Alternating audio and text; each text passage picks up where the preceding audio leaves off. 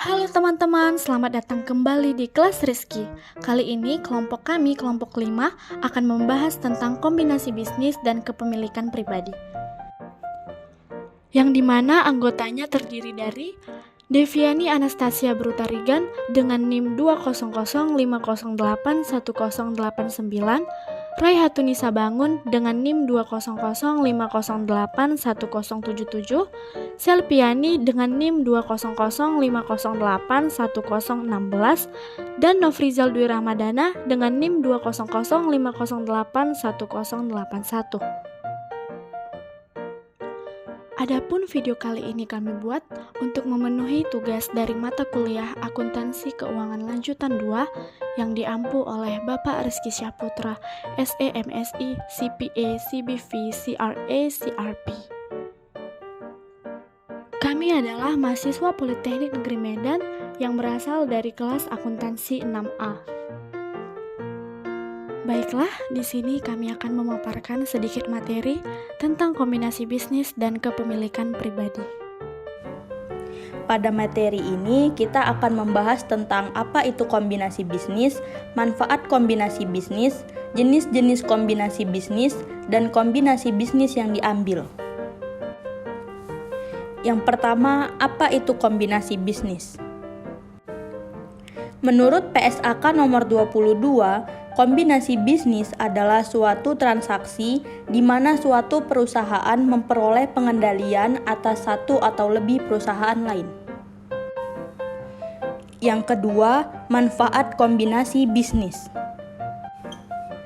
Manfaat kombinasi bisnis yang pertama memperluas pasar, yang kedua meningkatkan efisiensi perusahaan, yang ketiga mencapai economic of scales, yang keempat menyatukan lini-lini terkuat dua perusahaan, yang kelima saling melengkapi kelemahan satu sama lain.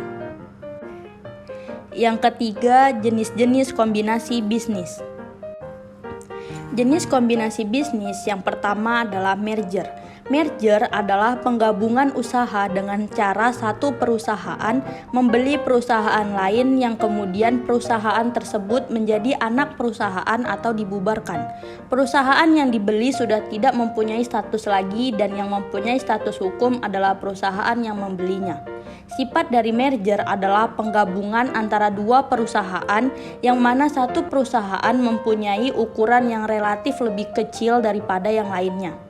Yang kedua yaitu konsolidasi.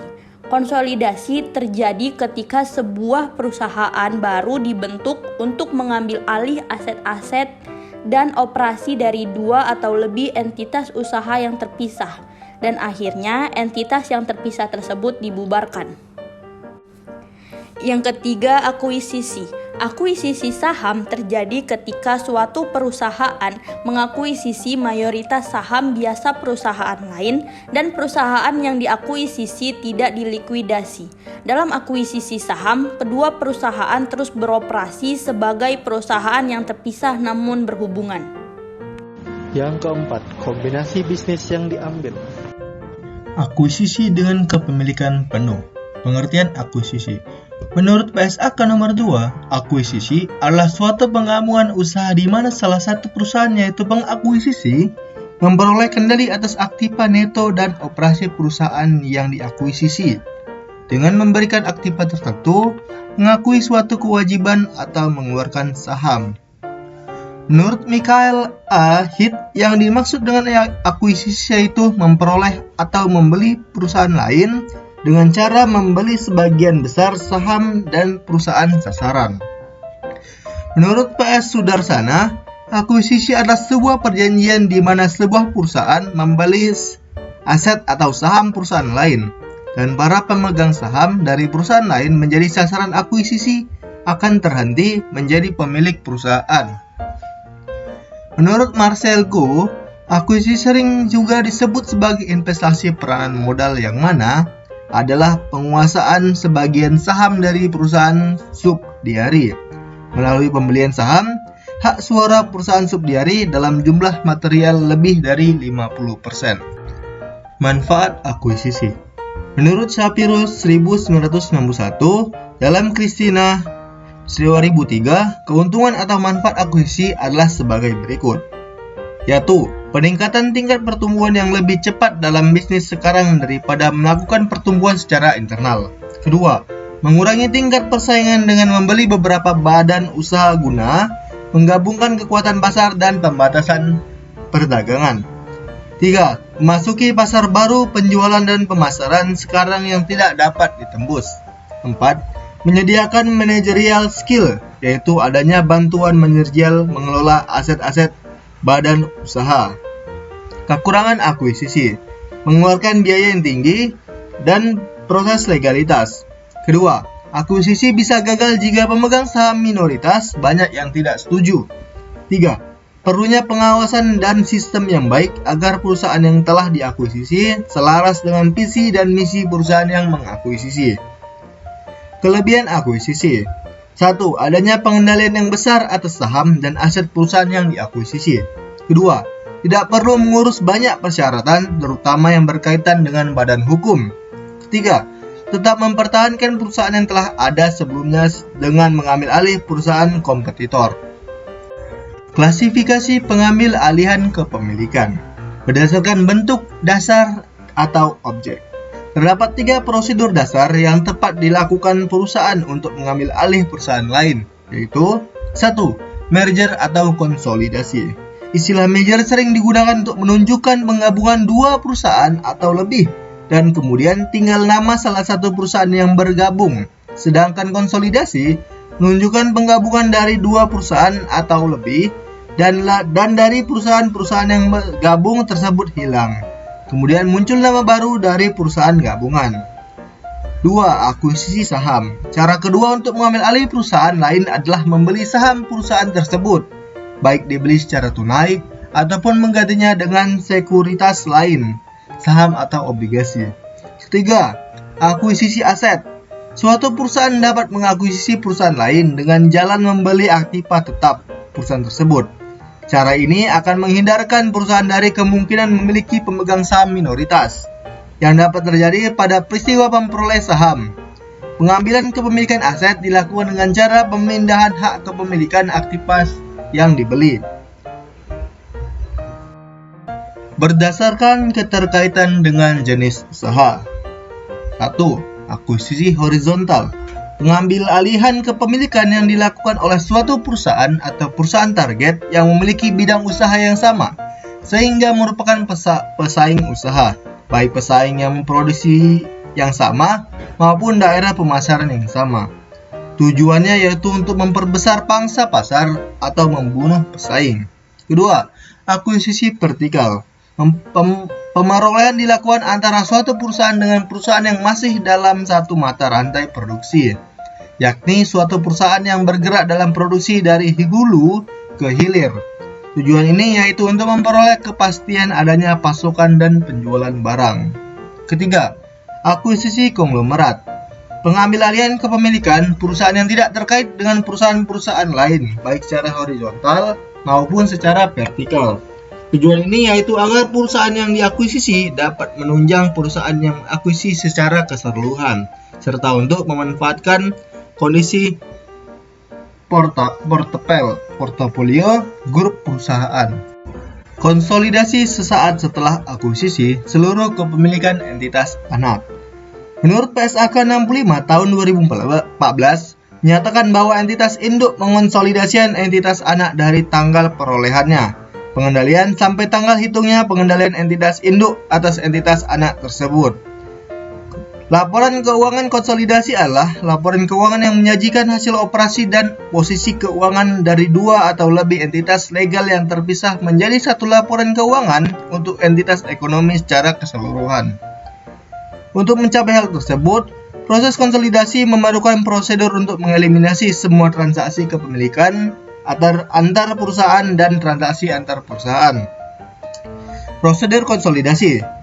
Prosedur konsolidasi termasuk penggunaan kertas kerja dibuat untuk menggabungkan akun-akun dari induk dan anak-anak perusahaan sehingga tampak sebagai entitas tunggal. Titik awal persiapan pembuatan laporan keuangan konsolidasi adalah pembukuan dari masing-masing entitas terpisah. Karena entitas konsolidasi tidak memiliki pembukuan, seluruh nilai yang tertera dalam laporan konsolidasi Aslinya terdapat di pembukuan induk perusahaan atau anak perusahaan atau kertas kerja konsolidasi. 2. Kertas kerja konsolidasi. Kertas kerja konsolidasi merupakan mekanisme yang efisien untuk menggabungkan akun-akun dari perusahaan yang terpisah yang akan dikonsolidasikan, dan untuk menyesuaikan saldo gabungan menjadi angka yang akan dilaporkan seakan-akan semua perusahaan yang dikonsolidasi tersebut adalah perusahaan tunggal. Perlu diingat bahwa tidak dapat pembukuan untuk entitas konsolidasi, induk perusahaan dan anak-anak perusahaannya sebagai entitas legal dan akuntansi terpisah. Masing-masing mempunyai pembukuan terpisah. Pada saat penyusunan laporan keuangan konsolidasi, saldo akun diambil dari pembukuan terpisah induk perusahaan dari tiap anak perusahaan, kemudian dimasukkan ke dalam kertas kerja konsolidasi. Laporan keuangan konsolidasian disusun setelah semua penyesuaian dan eliminasi dari saldo yang dapat dalam kertas kerja konsolidasi. 3. Karakteristik ayat jurnal konsolidasi. Ayat jurnal konsolidasi eliminasi digunakan dalam kertas kerja konsolidasi untuk menyesuaikan total saldo akun dari perusahaan-perusahaan yang dikonsolidasikan yang terpisah untuk mencerminkan angka yang akan muncul jika semua perusahaan yang secara legal terpisah tersebut merupakan perusahaan tunggal. Ayat jurnal eliminasi hanya muncul di kertas kerja konsolidasi dan tidak mempengaruhi pembukaan perusahaan-perusahaan tersebut. Ayat jurnal terpisah digunakan dalam kertas kerja untuk menaikkan atau menurunkan total saldo gabungan dari masing-masing akun, sehingga hanya transaksi dengan pihak eksternal saja yang akan tercemar dalam angka konsolidasi. Kepemilikan penuh dibeli di atas nilai buku. Harga saham suatu perusahaan dipengaruhi oleh berbagai faktor termasuk nilai aset bersih, kemampuan laba, perusahaan dan kondisi pasar secara umum. Pada saat suatu perusahaan membeli perusahaan lain, tidak ada alasan untuk mengharapkan harga dibeli akan sama dengan nilai buku saham yang diakuisisi.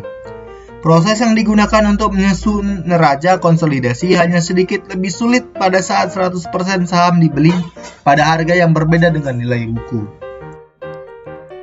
Baiklah, setelah kita menjelaskan sedikit materi tadi, selanjutnya kita akan mendengarkan sedikit drama tentang kombinasi bisnis dan kepemilikan pribadi.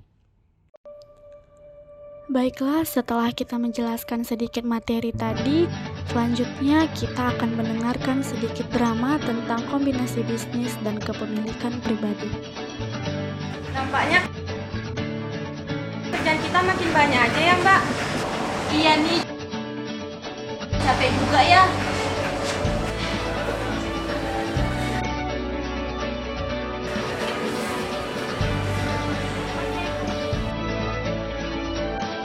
Kamu Rijal kan?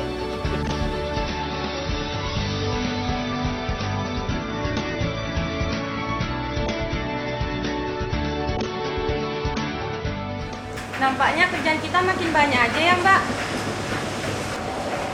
Iya nih, capek juga ya.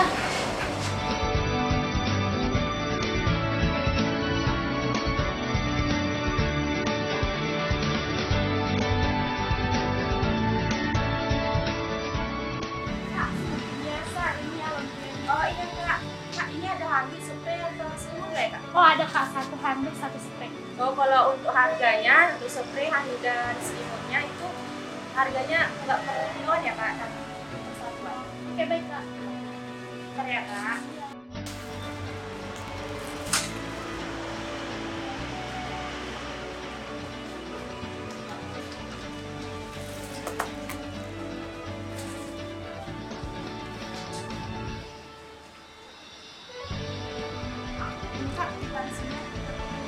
Makasih Kak. Ya sebentar Kak. Kak, ini pengambilannya 5.000 ya Kak? Kak maaf nih sebelumnya. Apakah di sini tidak ada jasa kepemilikan untuk uang ini? Maksudnya gitu ya? Maksudnya gini Kak, misalnya saya lagi jalan mau ke kota, tapi saya di kemudian bulannya, tapi saya tidak sempat mengambilnya karena udah mepet waktu itu mau beli. Nah, bisa nggak ya Kak kira-kira jalan? Oh, kalau untuk jasa pengantaran kami belum ada Kak, tapi jika kami nanti terpikir, kami akan hubungi Kak. Oke baik Kak, terima kasih. pulang dulu ya kalau gitu. Oke kak, hati-hati ya kak.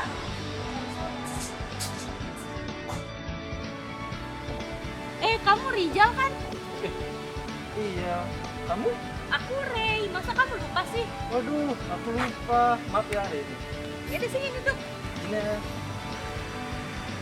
Kamu lagi ngapain di sini? kebetulan aku lagi cari angin sekitar sini. Kamu sendiri gimana? Kebetulan rumah aku di dekat sini. Terus aku bosen di rumah aja, makanya aku nyari angin. Kamu? Mantap juga ya. Sekarang kamu kerja atau gimana? Oh, aku kerja. Aku buka usaha sendiri. Usaha apa itu? Laundry. Kalau kamu? Kebetulan aku lagi buka jasa pengiriman barang. Kalau ada yang telepon baru aku kerja. Kalau enggak aku ya kayak pengacara, pengangguran acara. Biasanya kamu ngirim barang itu menggunakan aplikasi atau di hubungi? Kalau untuk yang tidak customer atau pelanggan tetap, biasanya mereka membuat permintaan pengiriman barang. Kalau udah langganan baru bisa langsung telepon. Siap antar kemana saja. Kalau gitu aku boleh nggak minta nomor kamu? Atau ada kepentingan? Udah. Udah selesai. Oke, terima kasih. Ya, aku pergi dulu ya. Iya, hati-hati ya. Ya, sama-sama.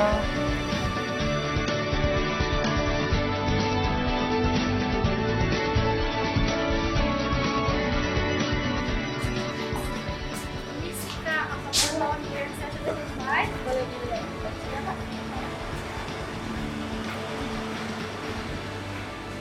Boleh ya kak?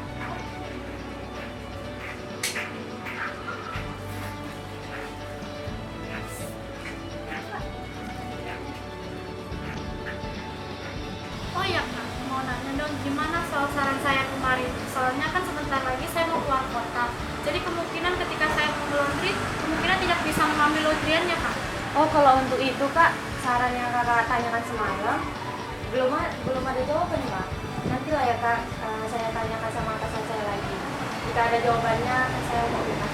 Oke baik kak, kalau gitu saya permisi pulang dulu ya kak. Sama-sama kak. Terima kasih. Kak.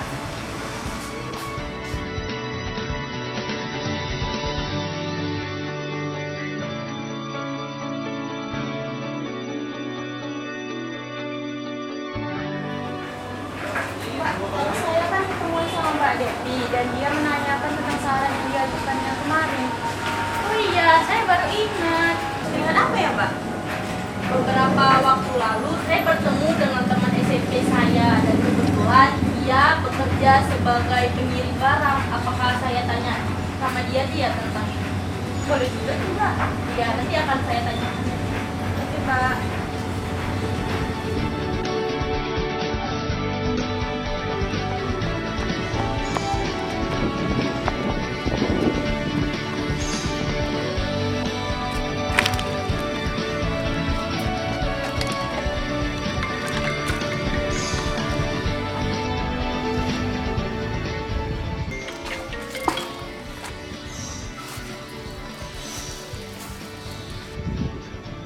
Halo Rijal, apa kamu sedang sibuk? Tidak. Tidak, ada apa, Re? Ada yang bisa kubantu?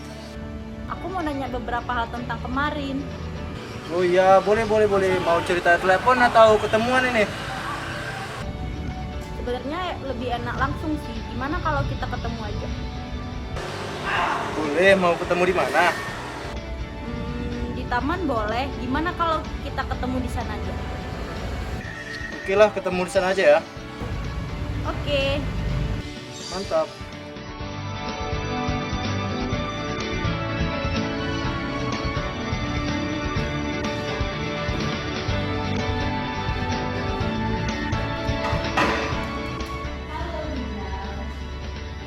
Halo. Gimana kabar kamu? Semoga sehat. Kenapa ya?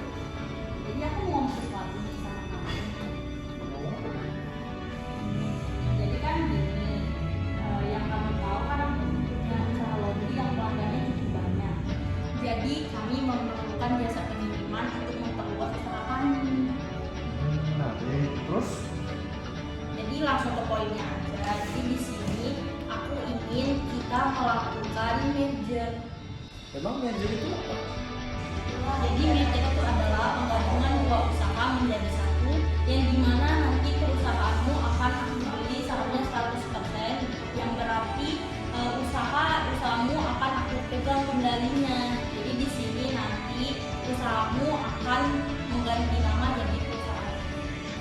Januari, tapi untungnya buat apa? Apalagi nama usaha pun udah hilang. Kalau itu tenang aja, pokoknya kamu gak akan rugi biaya yang penting gimana? Kamu setuju nggak? Itulah aku setuju sama kamu. Kamu percaya kan sama aku? Oke, deal. Oh ya Sel, BTW, saya sudah bertemu dengan teman SMP saya dan dia setuju tentang penggabungan usaha kita ini. Oh ya Mbak, kapan ya mulai operasi pengantarannya? Kemungkinan besok, silakan hubungi pelanggan dan informasikan kepada pelanggan lain tentang hal ini. Oke Mbak.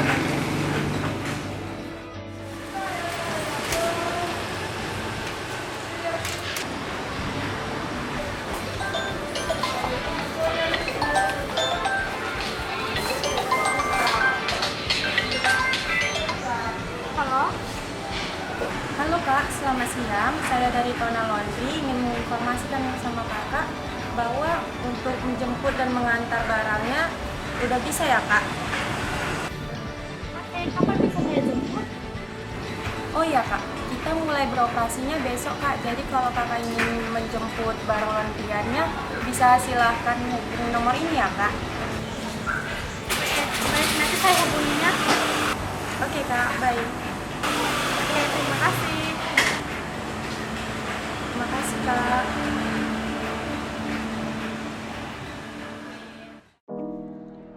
Baiklah, setelah kita mendengarkan drama singkat tentang kombinasi bisnis dan kepemilikan pribadi, selanjutnya kita akan masuk kepada perhitungannya.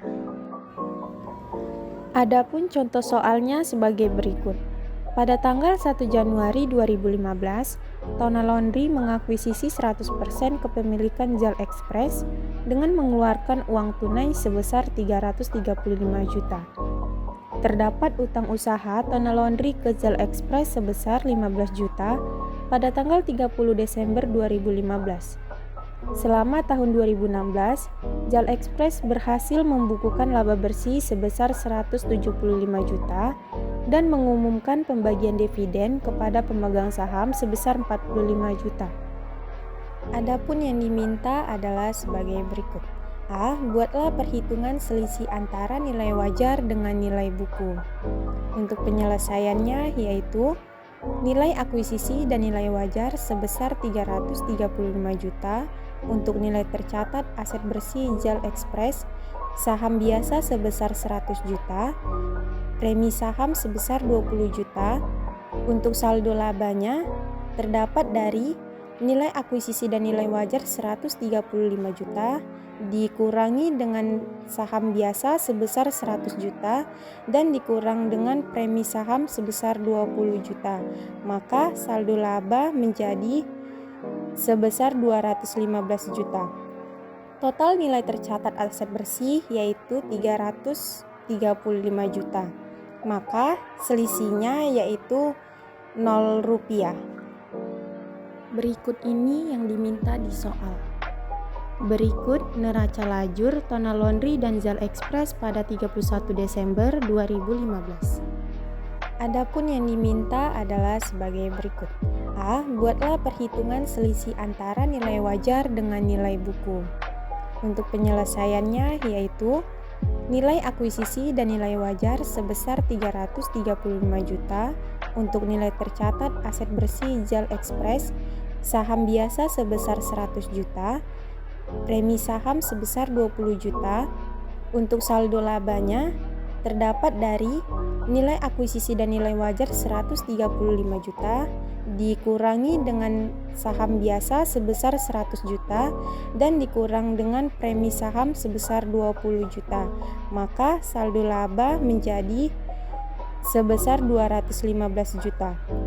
Total nilai tercatat aset bersih yaitu 335 juta. Maka selisihnya yaitu 0 rupiah. Adapun yang diminta yaitu B. Buatlah perhitungan saldo investasi pada 31 Desember 2015. Penyelesaiannya sebagai berikut. Laba bersih sama dengan penjualan dikurang dengan biaya. Untuk penjualan sebesar 250 juta ditambah 30 juta. Untuk biaya maka dikurangi 127 juta ditambah 20 juta ditambah 18 juta, maka hasilnya yaitu 115 juta. Saldo investasi 1 Januari 2015 sebesar 335 juta ditambah dengan laba bersih sebesar 115 juta didapat dari perhitungan laba bersih yang sebelumnya dikali dengan 100%, dikurangi dengan dividen sebesar 25 juta dikali 100%, maka hasil saldo investasi pada tanggal 31 Desember 2015 sebesar 425 juta. Untuk poin C yaitu buatlah perhitungan pendapatan dari investasi Tona Laundry atas JAL Express pada tahun 2015. Penyelesaiannya sebagai berikut. Pada tanggal 1 Januari 2015 mendebit investasi pada JAL Express sebesar 335 juta dan mengkredit kas sebesar 335 juta. Dicatat pada investasi atau akuisisi di JAL Express. Untuk tanggal 31 Desember 2015 mendebit kas sebesar 25 juta dan mengkredit investasi pada JAL Express sebesar 25 juta. Mencatat penerimaan dividen dari JAL Express sebesar 25 juta dikali dengan 100%. Untuk tanggal 31 Desember 2015 selanjutnya, mendebit investasi pada JAL Express sebesar 115 juta dan mengkredit bagian laba atas JAL Express sebesar 115 juta. Mencatat pengakuan laba dari JAL Express sebesar 115 juta dikali dengan 100%. Selanjutnya yaitu untuk poin D, diminta buatlah jurnal Tona Laundry atas investasi di JAL Express selama tahun 2015. Perhitungan jurnal eliminasi periode 31 Desember 2015.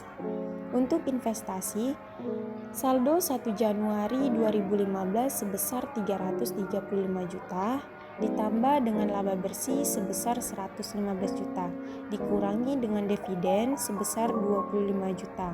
Maka saldo pada tanggal 31 Desember 2015 yaitu sebesar 425 juta.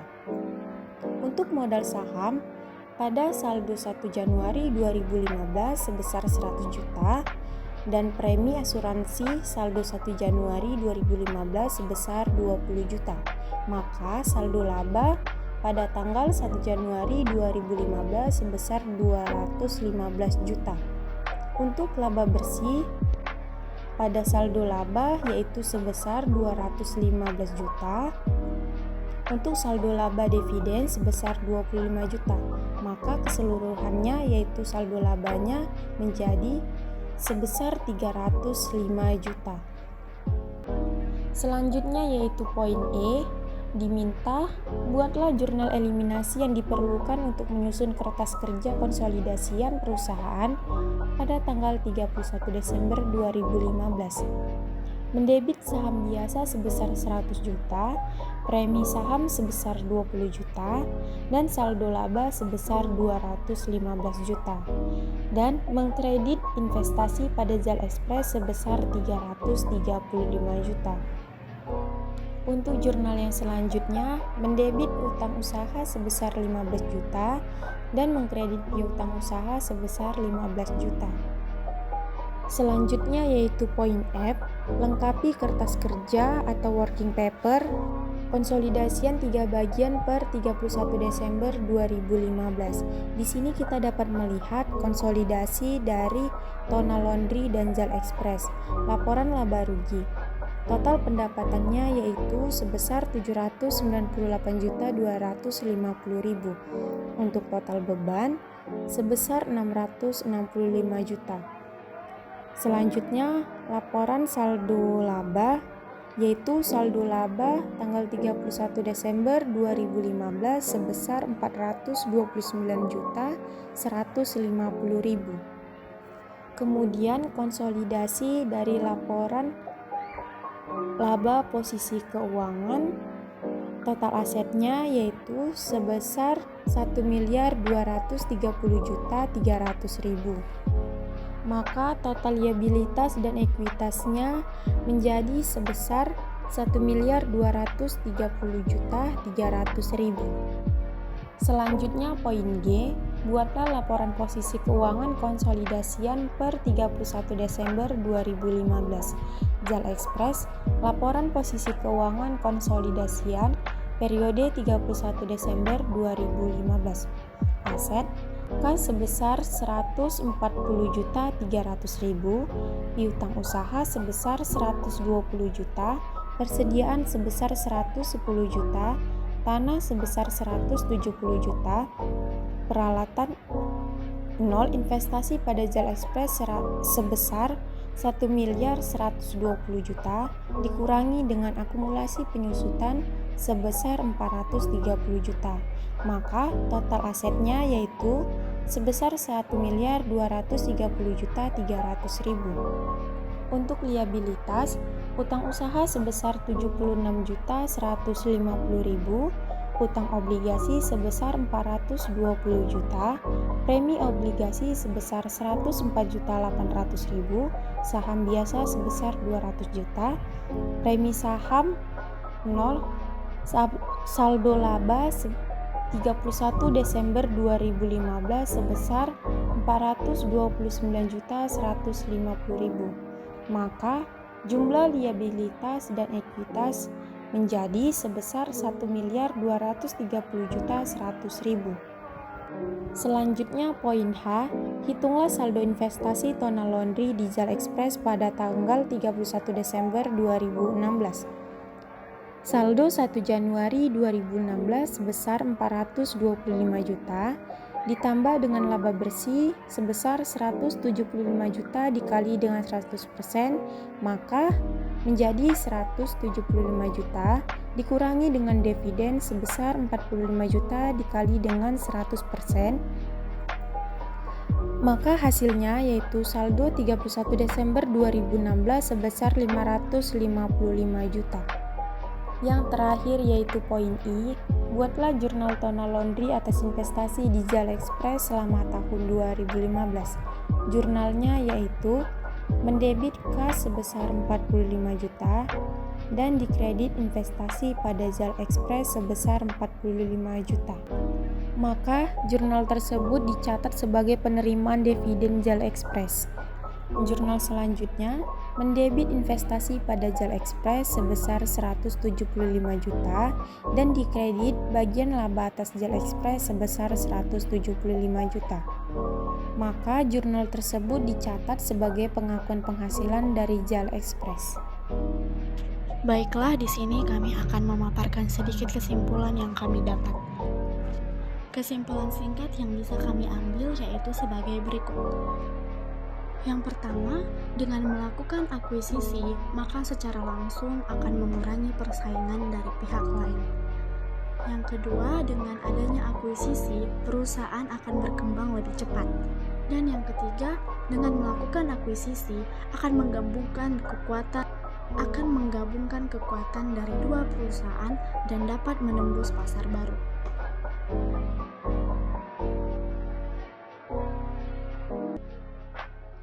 Baiklah teman-teman, sekian video singkat yang dapat kami sampaikan mengenai kombinasi bisnis dan kepemilikan pribadi. Apabila ada kesalahan kata, kami mohon maaf. Sekian dan terima kasih.